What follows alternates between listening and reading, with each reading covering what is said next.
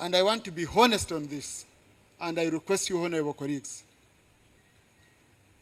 don't look at a speaker as a moving ATM.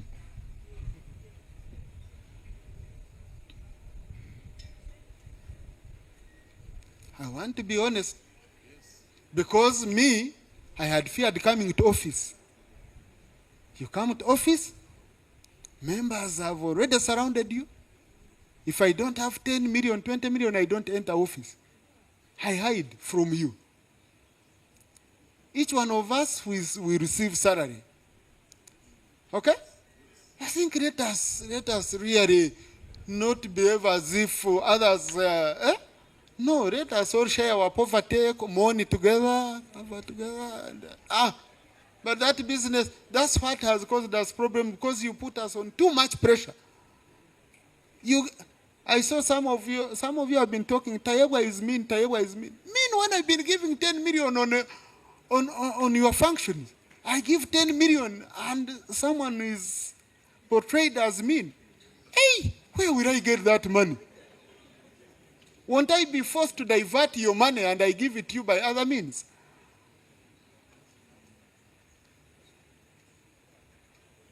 Kindly, let us support each other. The financial pressure on your presiding officers, I request you bear with us. You bear with us so that we can now, instead of only those who can access me being the ones to benefit, we would rather have a system which is very clear on how each one of you can benefit whatever small it might be. You don't need it first come and beg me to be my friend. No, it should be through a well-defined system. I think that will help all of us, really, to be objective, to be clear, not to look at this one as having, this one more kind, this one what? No. But all of us as respectful and legislators. So we've learned, I'm saying all this because I've shared with my senior from the lessons I've learned. These are lessons. That's the advantage of institutional memory. And then please, respect our staff.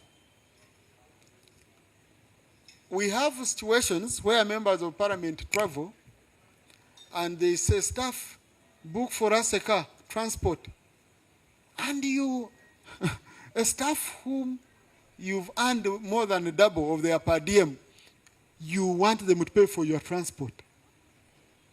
Some of the members, we borrow money from staff and we don't even pay. And they get scared and sometimes they come to us. They say, but I borrowed my 5 million. What do I do? When I talk, he looks at me. So I hope that one will change. Finally, so we are going to put all money. I can give an example. In tennis parliament, I traveled 4 times. I never went to the speaker to ask for travel. It's my chairman of committee who would see that I merit it and I'm going to add value. And then he would put me on a list. So as presiding officers, we shall be clearing lists submitted by chairpersons, not by you who are good at lobbying. And reminding us how I fought for you, Tayebwa, to go into this post. Now you have forgotten me. I never got any trip from you. If you come and you say you didn't travel, I will say, go and ask your chairman. And then we shall require the chairpersons to declare those badges fully to the members. Because we also don't want a chairperson to travel 5 times. I know a chairperson who used all money for the committee for travel himself. And he lost an election. I know him. Members came and talked. So the clerks will be guided. Once we get this man and we put it in committees, okay? We put it in committees. They should draw a schedule. Where do you want to go? What activities are you going to do? And are you attending? You don't even attend a committee and you want to be the first one on the list of travel. You've never signed a committee report, but you want to be on a plane every day. I think that impunity has to stop. Yeah? I think it has to stop. It has to stop. Even if I serve one mock Sanja and I go, but I do believe we must go back to the basics on that issue. We are going to, like my senior already said, we are going to realign the budget. We get most of the funds, we put it to the service of members through their committees, so that you are felt in the. I remember when a committee, for example, visits your constituency, it gives you huge mileage. Your people say, even you brought colleagues here, and you address very critical issues. So we are going to be looking at that. And then, and you will bear with us, because we've talked about it, that there will be no single travel, there will be no issuing of a ticket to you if your per diem is not available and you get it in advance. Because I've come to understand some of you, there is an Indian down there, the one who gives you money for per diem, for accommodation and all that when you travel. We issue you a ticket, we don't give you per diem. That has to stop. If money is not in the budget, if it's not yet released, then no travel. You wait. Is the world going to end? Because what does it take for us to say travel? And then by the time you pay per diem, the interest of a Muindi has already consumed it. Oh, you got to sleep in a hotel of $20 because you're broke. So all those, we are going to ensure that we streamline. And maybe this most important issue, we are going to give you, but crack, I would propose this one also changes. Many of us have eaten ourselves into sickness. Because you are attending, for example, you were a councillor, now you're a member of parliament. In council they couldn't even give soda. Here they are going to put sumbusa, mandazi, chapati. Those things really give us a bad image. Because those pictures are captured before people who have no something to eat. I got other parliaments, they only give water. We are in a committee, you have sumbusa, chapati, muogo. You're about to add marakwanga. In a committee. And yet we have a canteen. To me, my proposal would be, in a committee we serve water. If you need breakfast, there is a canteen. Go in. Okay? Have canteen. So, but we have a gym down here. Colleagues, we want each one of you to be comfortable, to know you will be treated equally. We don't want to have members and members. No. Like my principle which I use, I cannot allow you to talk 3 times before another member has spoken. You know, some of the people come and say, hey, when I started that thing, people could say, but I'm a senior here. I said, no. You might find, by the way, the one you're calling a junior found it much easier to come to this house than you. Okay? So we took the same route of the ballot. Whether you are a senior or not, when we say 3 minutes, okay, please follow the rules. And each one of us must be treated equally. We don't want to have people who are favored on the floor and others are scared. No. Each one of us must have the courage to come up and know that they are going to speak and represent their people, because they came with the mandate of the people. They didn't come with the mandate of how many books they have. Okay? Whether you appear. Of course, we have circumstances. I can give an example. When we are on taxation matters, we always call to lean on the wise counsel of Honorable Kateshumba because of his expertise. I know if I have issues to do with infrastructure and they are much deeper, I can't fail to lean on the wise counsel of Honorable Mary Kutesa, the former legal director in UNRWA, because she understands it deeply. I know if I'm on issues of national security and coordination, I can't fail to go to General Tumukunde, to Honorable Wanyoto, who was a deputy head of mission at AMISOM. You know, things of that nature happen. But that doesn't mean that we have to suffocate the rest of the members. So I want you to be confident, to know you will be given, even if your qualification is senior 6, you will be given the same opportunity as Professor Kamuntu, the veteran. So we want to support you. And our door remains open for consultation, engagement, and support as we work together towards a responsive, independent, and people-centered parliament. I know most of the experience I had 5 years, for 5 years. Colleagues, don't fear to come and share your critical issues. We have gone to the extent of solving marriage-related issues. We had here situations where a husband turned themselves into a driver, himself into a driver of the wife. He comes, he drops the wife here, and he parks down, and he sits there to see whoever greets the wife. You know, some of us love joking, hugging. You see your colleague saying, but colleague, please, you know, me hugs, stop there. Outside there are cameras. But we are colleagues, what's the problem with hugging? Then only to understand, the husband is watching. We have a place where drivers usually sit. Maybe crack, we shall get them a better place. They usually sit there to spy on their wives. Okay? So one of them called me, said, I have this problem. Because a colleague wouldn't be peaceful. And I called the husband, I said, I'm sorry, we have enough security for all members of parliament here. Your wife is secure here. I no longer want you. You're not a gazetted driver. Or register as a driver so that we can know.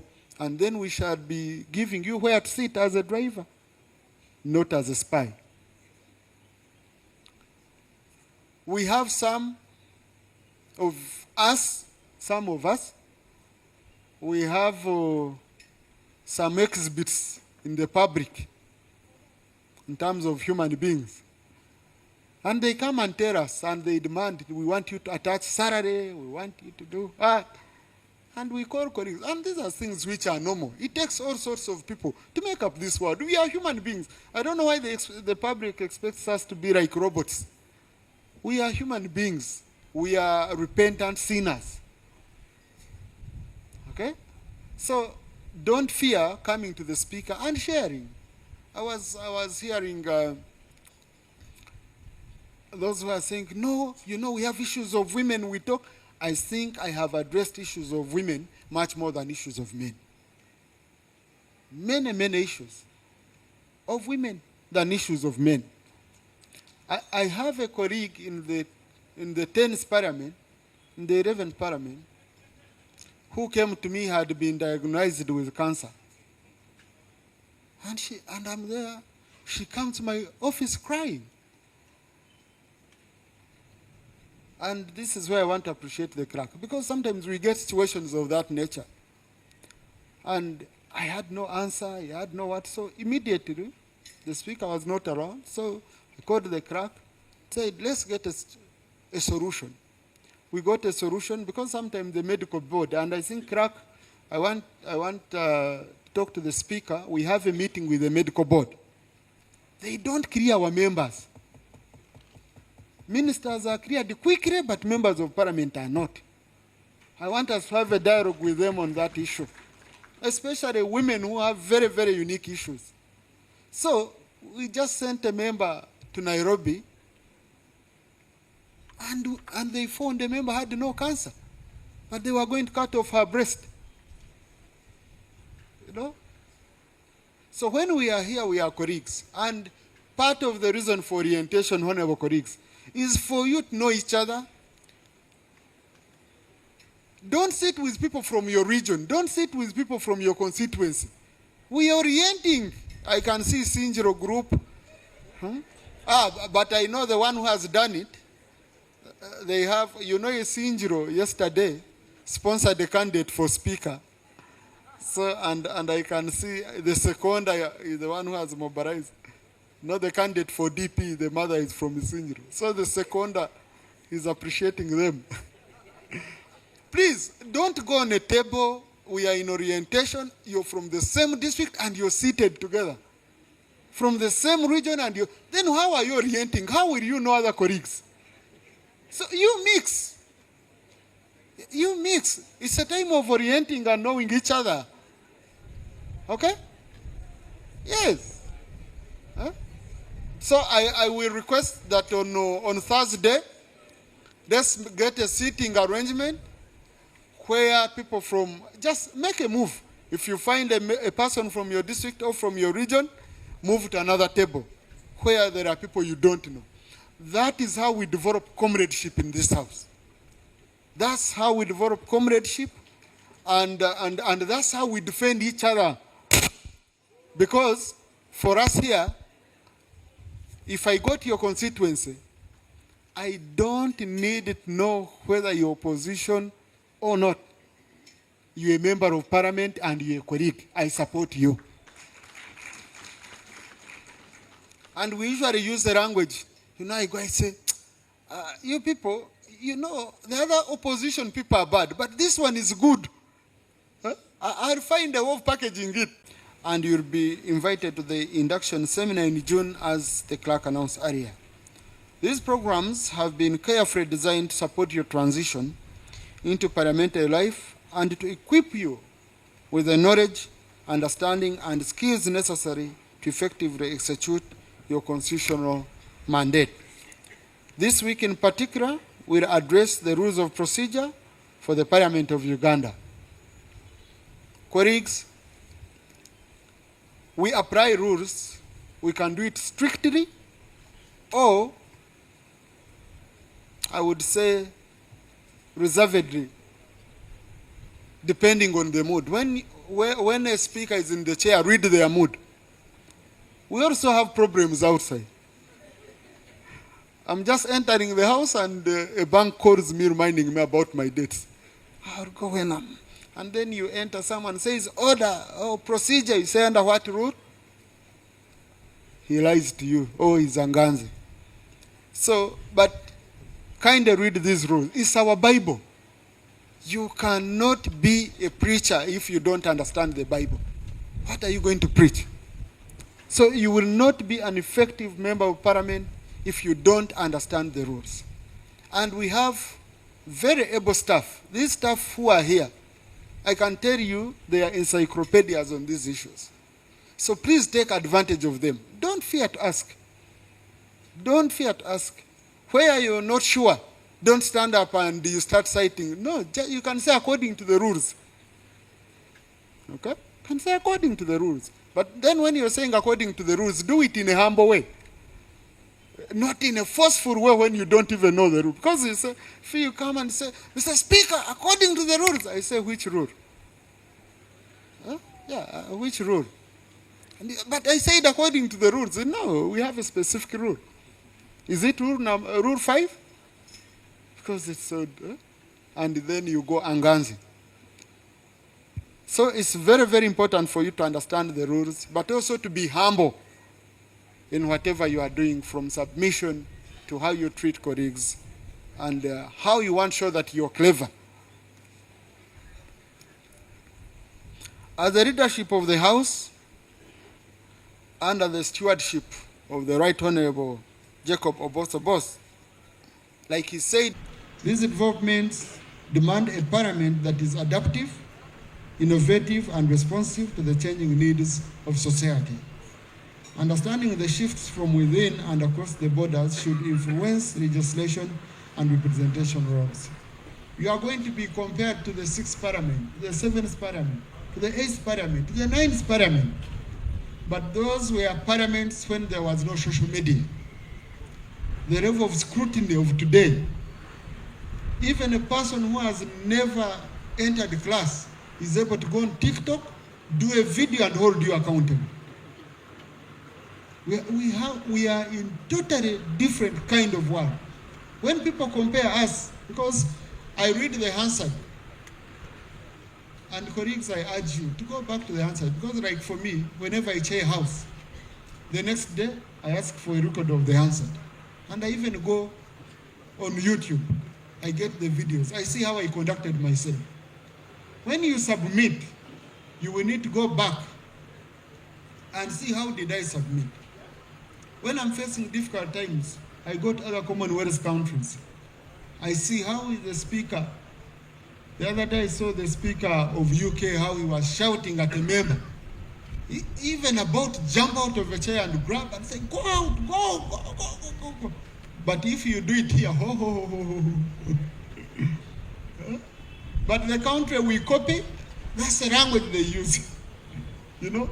So the different styles, how we submit, how we, you know. So all this is going to be critical for you. Before you get off the floor, the video has saturated in your constituency. So honorable colleagues, we have to be extremely cautious. If you go in public, how you eat. For example, me, I never allow a camera on me when I'm eating. Well, these guys will target when you open your mouth and they take a picture. And that will go viral. You know?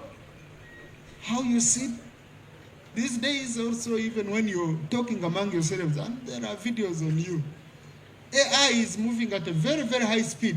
Someone will go put in your video, it will translate, it will read your lips. So you who is backbiting quiet and you say, I'm not listening to you, the whole country and the whole world will listen to you when you're backbiting. So these are not ordinary times.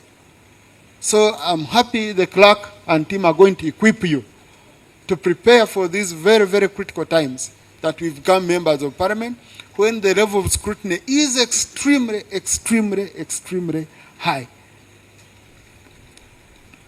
If we don't adapt, we shall be destroyed. The clerk to Parliament and his team have been working tirelessly to implement a smooth onboarding process for us.